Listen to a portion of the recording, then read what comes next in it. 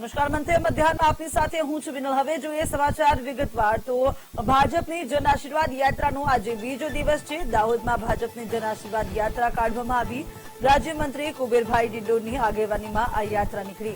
સુખસર ખાતેથી યાત્રાનો પ્રારંભ કરાવવામાં આવ્યો તો ફતેપુરા, ઝાલોદ, લીંબડી, દાહોદમાં આ યાત્રા ફરશે। રાજ્યમંત્રી કુબેરભાઈ ડિંડોર હાજર રહ્યા। રમેશભાઈ કટારા પણ ઉપસ્થિત રહ્યા હતા। આ સાથે જ મોટી સંખ્યામાં સમર્થકો પણ જોવા મળ્યા હતા। સાથે જ જનતાનો પણ સારો પ્રતિસાદ મળતા મોટી સંખ્યામાં જનતાની ભીડ પણ જોવા મળી।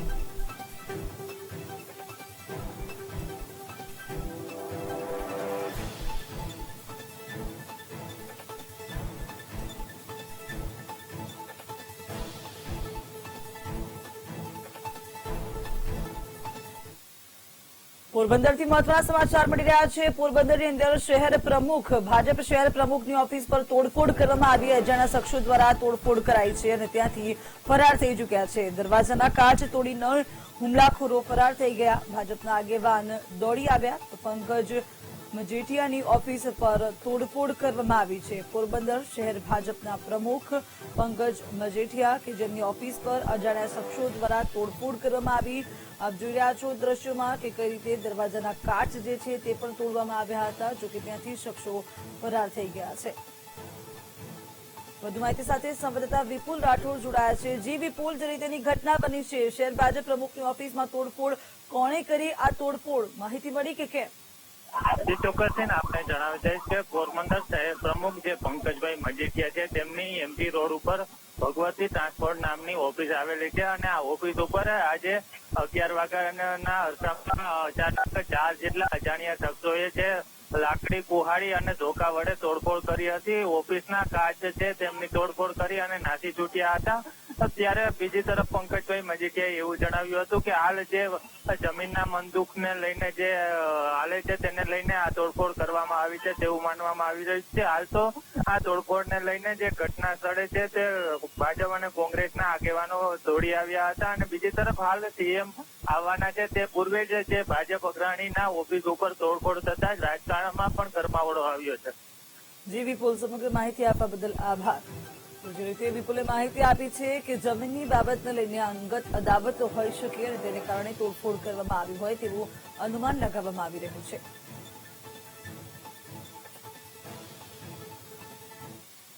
સુરતથી મહત્વના સમાચાર। સુરતના વધુ એક હત્યાની ઘટના બનવા પામી છે। સુરતની અંદર યુવકની હત્યા કરી દેવામાં આવી છે, જો કે પોલીસ ઘટના સ્થળે પહોંચીને તપાસ હાથ ધરી રહી છે। સુરતના લિંબાયતમાં યુવકની હત્યા કરાઈ। ગિરિરાજનગર ઇન્ડસ્ટ્રીયલમાં હત્યા કરાઈ। તીક્ષ્ણ હથિયારો વડે હુમલો કરીને મોતને ઘાટ યુવકને ઉતારવામાં આવ્યો। લિંબાયત પોલીસે વધુ તપાસ હાથ ધરી છે। સાથે જ આ સમગ્ર ઘટના જે છે તે પણ સીસીટીવીમાં કેદ થઈ છે। સીસીટીવી ફૂટેજને આધારે જ પોલીસે તપાસ શરૂ કરી છે। આપ જોઈ રહ્યા છો સીસીટીવી દ્રશ્યોમાં કે કઈ રીતે શખ્સો આવે છે અને તે યુવક પર હુમલો કરે છે। તીક્ષ્ણ હથિયારના ઘા ઝીકીને તેને મોતને ઘાટ ઉતારવામાં આવી રહ્યો છે। આ સમગ્ર ઘટના સીસીટીવીમાં કેદ થઈ ચૂકી છે। સુરતના લિંબાયતમાં આ ઘટના બનવા પામી છે। રાજનગર ઇન્ડસ્ટ્રીયલમાં આ હત્યા કરવામાં આવી। સીસીટીવીને આધારે પોલીસે તપાસ હાથ ધરી રહી છે, પરંતુ ખુલ્લેઆમ આ રીતે યુવકને તીક્ષ્ણ હથિયારના ઘા ઝીકી મોતને ઘાટ ઉતારી દેવામાં આવ્યો, તેને કારણે પણ લોકોમાં ફફડાટ જોવા મળી રહ્યો છે।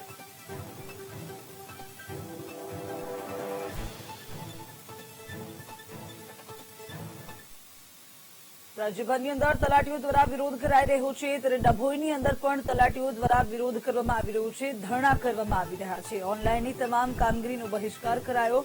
આવકનો દાખલો, વિધવા સહાય, તમામ કામો બંધ છે। વળતર માંગણીઓને લઈને તાલુકા પંચાયતમાં ધરણા પર બેઠા છે। બેનરો તેમજ સૂત્રોચ્ચાર સહિત ધરણા યોજવામાં આવ્યા છે। જે રીતેની રાજ્યભરની પરિસ્થિતિ છે, રાજકોટની અંદર પણ તલાટીઓ દ્વારા રજૂઆત કરાઈ તો ડભોઈની અંદર પણ તલાટી મંત્રીઓના ધરણા જોવા મળી રહ્યા છે। ઓનલાઈનની તમામ કામગીરીનો પણ બહિષ્કાર કરાયો છે। આવકનો દાખલો, વિધવા સહાયના તમામ કામ બંધ કરવામાં આવ્યા છે, જેને કારણે જનતાને હાલાકી પડી રહી છે, કેમ કે આવકનો દાખલો, વિધવા સહાય માટે ઘણા ધક્કા ખાવા પડે છે અને ત્યારબાદ એ કામ થતું હોય છે। તો બીજી તરફ તલાટી મંત્રીઓ પોતાની માંગણીને લઈને ધરણા પર બેઠા છે અને તેમનું કહેવું છે કે જે ભરતી છે તે નોકરી સળંગ ગણાવી દેવામાં આવે, તેમની કાયમી ભરતી કરી દેવામાં આવે તેવી તેમની રજૂઆત છે। આ સાથે જ જે વધારો કરવામાં આવે તેવી પણ રજૂઆત કરવામાં આવી રહી છે। બેનરો સાથે અહીંયા ઘણા કાર્યક્રમ યોજવામાં આવ્યો છે ડભોઈની અંદર।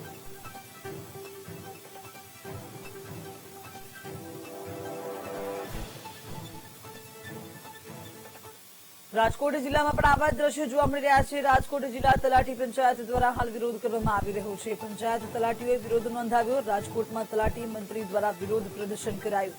રાજ્યભરના પંચાયત તલાટીઓ માસ સિયાલ પર છે તો પંચાયત તલાટીઓ તાલુકા મથકે દેખાવો કરવા માટે પહોંચ્યા હતા। વિવિધ પડતર માંગણીઓ લઈને તેઓએ વિરોધ પ્રદર્શન કર્યું હતું।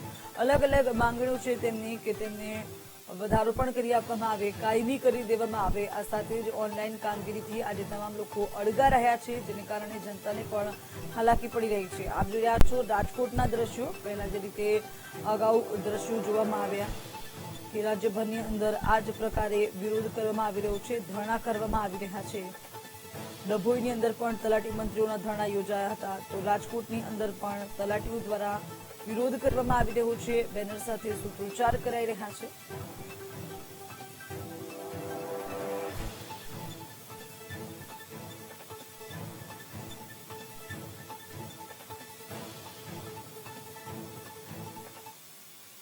અરવલ્લીની અંદર જે રીતની હાલ માહિતી મળી રહી છે કે મગફળીનો પાક જે છે ટેકાને ભાવે આપવા માટે ખેડૂતોને ઓનલાઈન રજીસ્ટ્રેશન કરાવવાનું હોય છે, પરંતુ હાલ તેમાં મુશ્કેલી સર્જાઈ છે। મોડાસા ખાતે મગફળી નોંધણીમાં બાકી હાજરી જોવા મળી। તલાટીઓની માસ સિયલને કારણે હાલાકી પડી રહી છે। પાણીપત્રક નહીં મળતા ખેડૂતો પરેશાન થયા છે, તો સરકારના જાહેર કરેલા ટેકાના ભાવથી ખેડૂતોમાં પણ નારાજગી જોવા મળી છે। એક બાજુ ખેડૂતો જે રીતે માંડ પાક લઈને આવી રહ્યા છે, બીજી બાજુ પાણીપત્ર ન મળતા ખેડૂતો પરેશાન છે, જ્યારે સરકાર દ્વારા ટેકાનો ભાવ પણ યોગ્ય નથી આપવામાં આવ્યો, તેને કારણે પણ ખેડૂતોમાં નારાજગી જોવા મળી રહી છે। અરવલ્લીમાં મગફળી નોંધણીમાં મુશ્કેલી થઈ રહી છે। મોડાસા ખાતે મગફળી નોંધણીમાં બાકી હાજરી જોવા મળી। તલાટીઓની માસ સિયલને કારણે તેઓને હાલાકી પડી રહી છે। રાજ્યભરની અંદર તલાટીઓ માસ સિયલ પર ઉતર્યા છે અને તેને કારણે સરકારી કામકાજ જે છે તેમાં લોકોને, નાગરિકોને ઘણી તકલીફ પડી રહી છે। તો આ તરફ અરવલ્લીની અંદર મોડાસામાં ખેડૂતો જે છે તેઓને હાલાકી પડી રહી છે। પાણીપત્રક નહીં મળતા મુશ્કેલીમાં મુકાયા છે ખેડૂતો, તો બીજી તરફ સરકાર દ્વારા જાહેર કરેલા ટેકાના ભાવથી પણ ખેડૂતો નારાજ જોવા મળી રહ્યા છે। જે રીતે ટેકાના ભાવે ખરીદી કરવાની જાહેરાત કરી છે, રજીસ્ટ્રેશન પણ આજથી શરૂ થયું છે।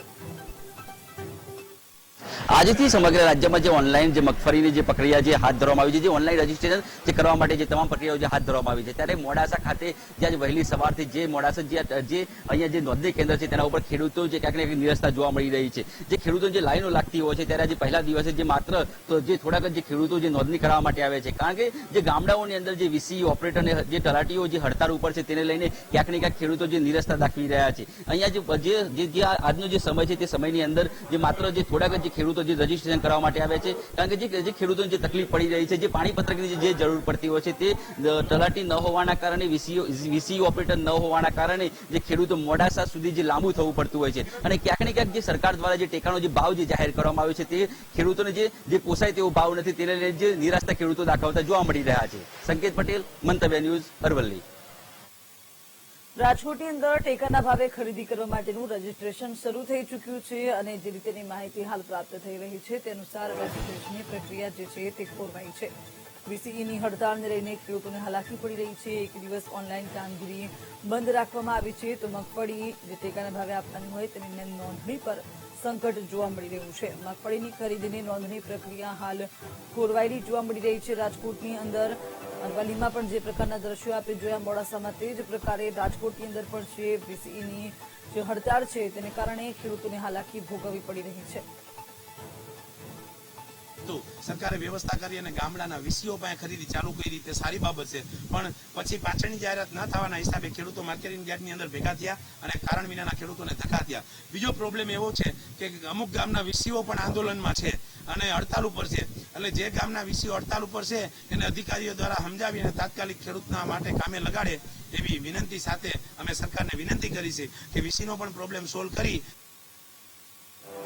આપણે જે રીતે જોયું કે ખેડૂતોને હાલાકી પડી રહી છે તેમનું પણ કેવું છે વીસીની જે હડતાળ છે તેને લઈને નિવેડો લાવી દેવામાં આવે, કેમ કે એક દિવસ ઓનલાઈન કામગીરી બંધ રાખવાને કારણે ખેડૂતોને ભારે હાલાકી પડી રહી છે અને મગફળીની ખરીદીની નોંધણી પ્રક્રિયા છે જે ખોરવાઈ છે.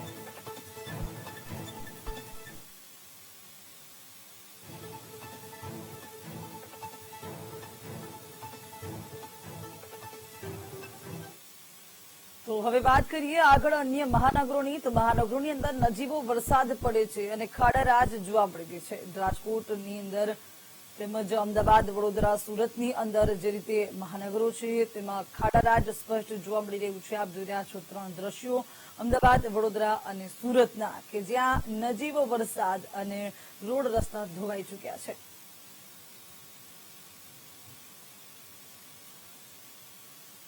અમદાવાદમાં સામાન્ય વરસાદમાં જ રસ્તાઓની હાલત બિસ્માર બની છે. ગોદા વિસ્તારમાં રસ્તાઓ પર પાણી ભરાઈ ચુક્યા છે. ખાડા પડવાની સમસ્યા યથાવત છે. મહત્વનું છે કે કોર્પોરેશન દ્વારા કરોડોને ખર્ચે આ રોડ રસ્તા બનાવવામાં આવે છે, પરંતુ થોડા જ વરસાદમાં રસ્તાનું ધોવાણ થઈ જાય છે. બિસ્માર રસ્તાને લઈ વાહન ચાલકોમાં પણ રોષ જોવા મળી રહ્યો છે.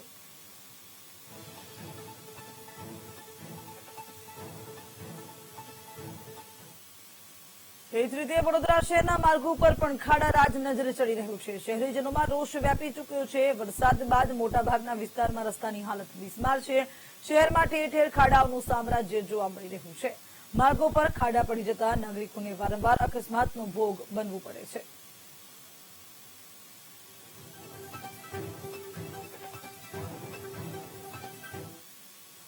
વાત સુરતની કરીએ. સુરતમાં વરસાદ બાદ રોડ રસ્તાની હાલત બિસ્માર બની. સુરતના રસ્તાઓ જર્જરિત બની ચૂક્યા છે. લાલ દરવાજા વિસ્તારમાં જાણે ખાડાઓનું રાજ હોય તેવું સ્પષ્ટ લાગી રહ્યું છે.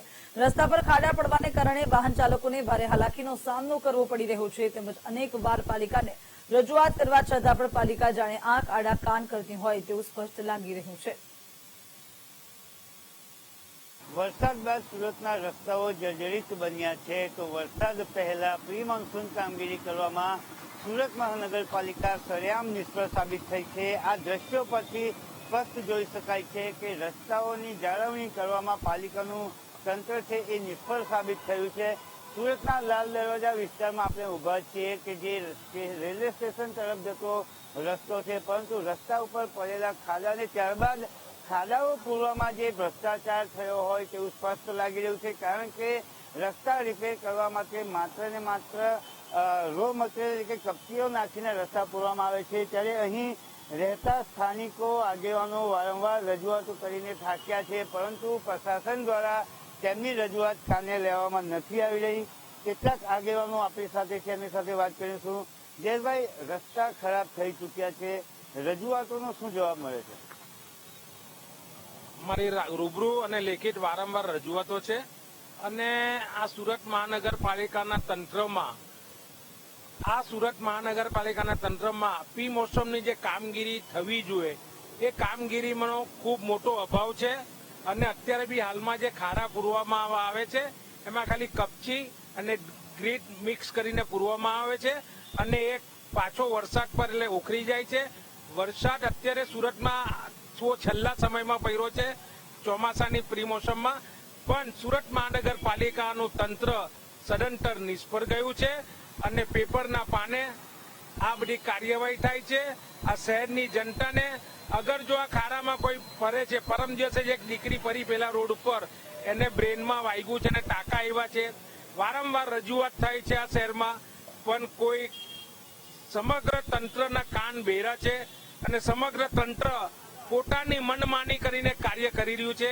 એ વાત ચોક્કસ પ્રશાસન દ્વારા કોઈ કાર્યવાહી નથી થઈ રહી. આપ શું કહેશો? કારણ કે રસ્તા બિસ્માર છે અને આ હાલત માત્ર લાલ દરવાજાની નથી, સમગ્ર શહેરની છે. શું કહેશો? સમગ્ર શહેરમાં તમે જાઓ, દિલ્હી ગેટ પર જાઓ, કતારગામ દરવાજાથી આખો રોડ તમે લો તો તંત્રને એકદમ બેદરકારી છે. તંત્રને કંઈ પડી જ નથી કે માણસ કેટલા એક્સિડન્ટો થાય છે, કેટલા ગાડીના કાચ ઉડે છે.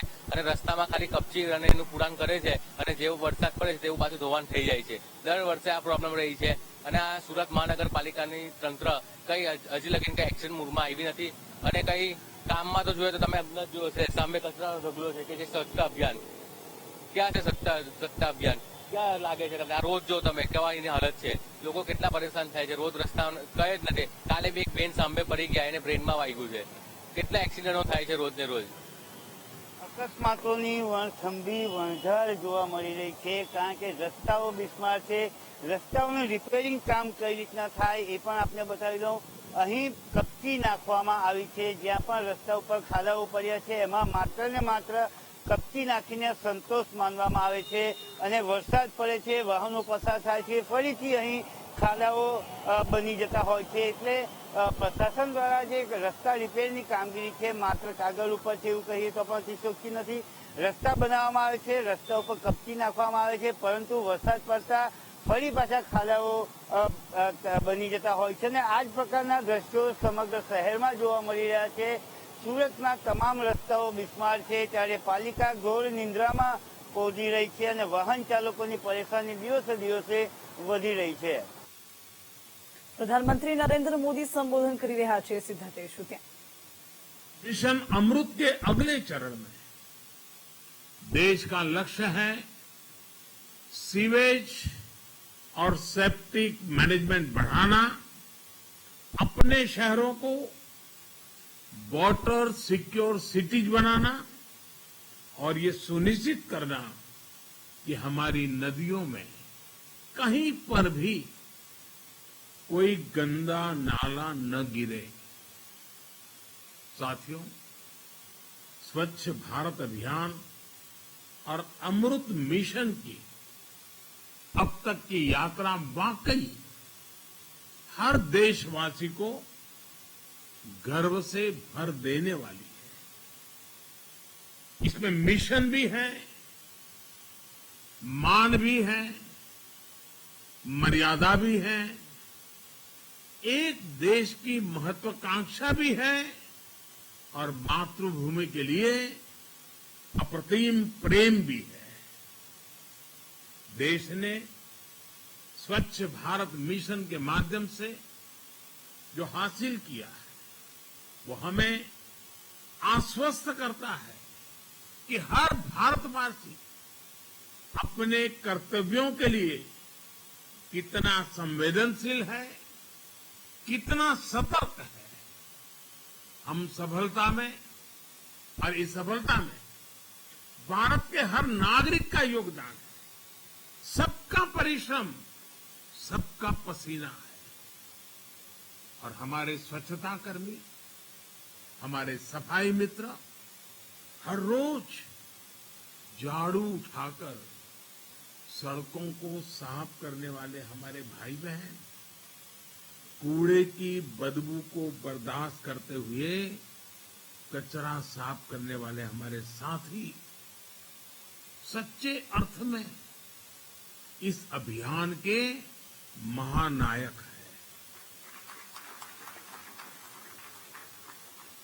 कोरोना के कठिन समय में उनके योगदान को देश ने करीब से देखा है, अनुभव किया है. मैं देश की इन उपलब्धियों पर हर भारतवासी को बधाई के साथ ही स्वच्छ भारत मिशन अर्बन 2.0 और अमृत 2.0 के लिए शुभकामनाएं देता हूं. और इससे सुखद ये क्या होगा कि ये नई शुरुआत आज गांधी जयंती के एक दिन पहले ही हो रही है. ये अभियान पूज्य बापू की प्रेरणा का ही परिणाम है और बापू के आदर्शों से ही सिद्धि की ओर बढ़ रहा है. आप कल्पना करिए, स्वच्छता के साथ साथ इससे हमारी माताओं बहनों के लिए कितनी सुविधा बढ़ी है.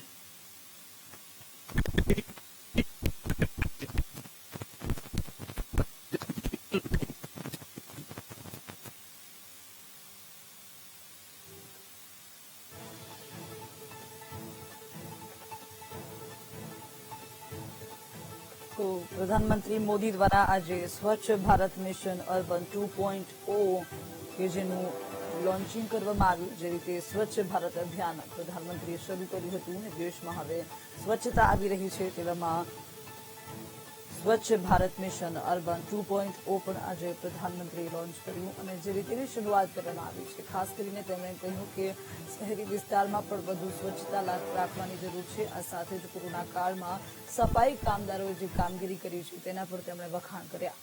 70वें वर्ष में देश की इन सफलताओं आज के नए संकल्पों को पूज्य बापू के चरणों में अर्पित करता हूं और नमन करता हूं। साथियों, हम सभी का ये भी सौभाग्य है कि आज ये कार्यक्रम बाबा साहब को समर्पित इस इंटरनेशनल सेंटर में आयोजित हो रहा है। बाबा साहब असमानता दूर करने का बहुत बड़ा माध्यम शहरी विकास को मानते थे। बेहतर जीवन की आकांक्षा में गांवों से बहुत से लोग शहरों की तरफ आते हैं।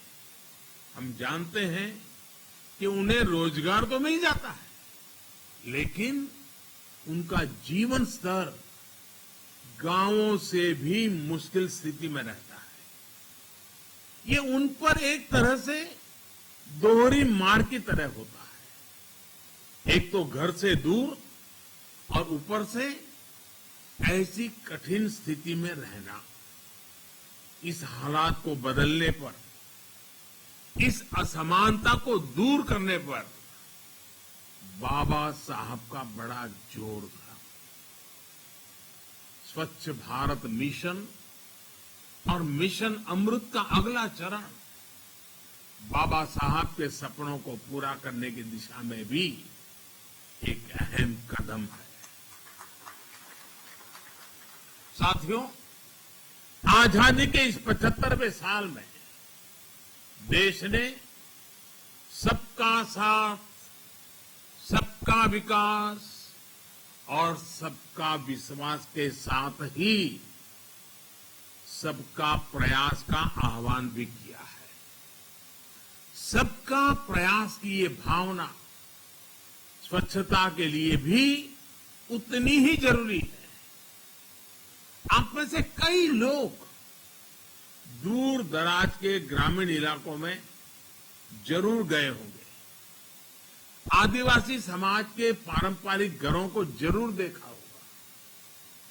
कम संसाधनों के बावजूद उनके घरों में स्वच्छता और सौंदर्य को देखकर हर कोई भी आकर्षित हो जाता है। ऐसे ही आप नॉर्थ ईस्ट में जाइए, हिमाचल या उत्तराखंड के पहाड़ों पर जाइए, पहाड़ों पर छोटे छोटे घरों में भी साफ सफाई की वजह से एक अलग ही सकारात्मक ऊर्जा प्रवाहित होती है।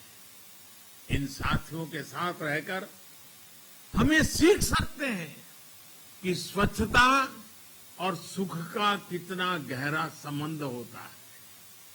इसलिए जब मैं गुजरात का मुख्यमंत्री बना और प्रगति के लिए पर्यटन की संभावनाओं को निखारना शुरू किया, तो सबसे बड़ा फोकस स्वच्छता और इस प्रयास में सभी को जोड़ने पर किया गया। निर्मल गुजरात अभियान जब जन आंदोलन बना तो उसके बहुत अच्छे परिणाम भी मिले। इससे गुजरात को नई पहचान तो मिली ही, राज्य में पर्यटन भी बढ़ा। भाई और बहनों, जन आंदोलन की ये भावना स्वच्छ भारत मिशन की सफलता का आधार है। पहले शहरों में कचरा सड़कों पर होता था, गलियों में होता था, लेकिन अब घरों से न केवल वेस्ट कलेक्शन पर बल दिया जा रहा है, बल्कि वेस्ट सेग्रीगेशन पर भी जोर है।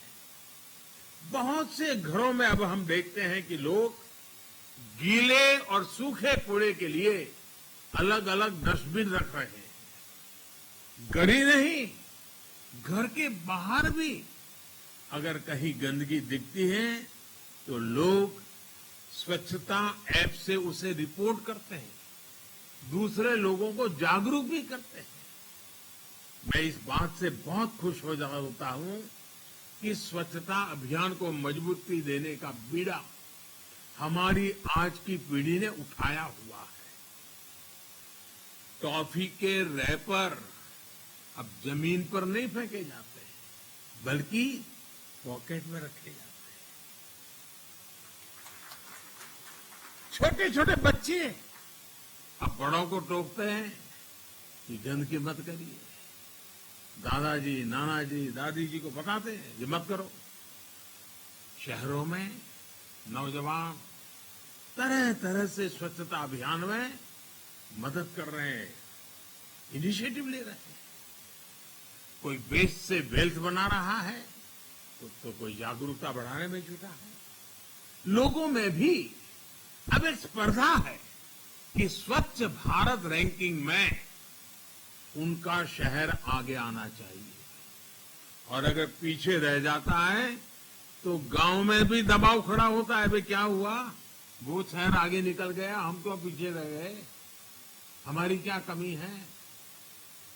मीडिया के लोग भी उस शहर की चर्चा करते हैं, देखिए वो तो आगे बढ़ गया, तुम रह गए, तो एक दबाव पैदा हुआ है। अब ये माहौल बन रहा है कि उनका शहर स्वच्छता रैंकिंग में आगे रहे। उनके शहर की पहचान गंदगी से भले शहर की ना हो। जो साथी इंदौर से जुड़े हैं या टीवी पर देख रहे होंगे, वो मेरी बात से और भी ज्यादा सहमत होंगे। आज हर कोई जानता है कि इंदौर यानी स्वच्छता में टॉपर शहर।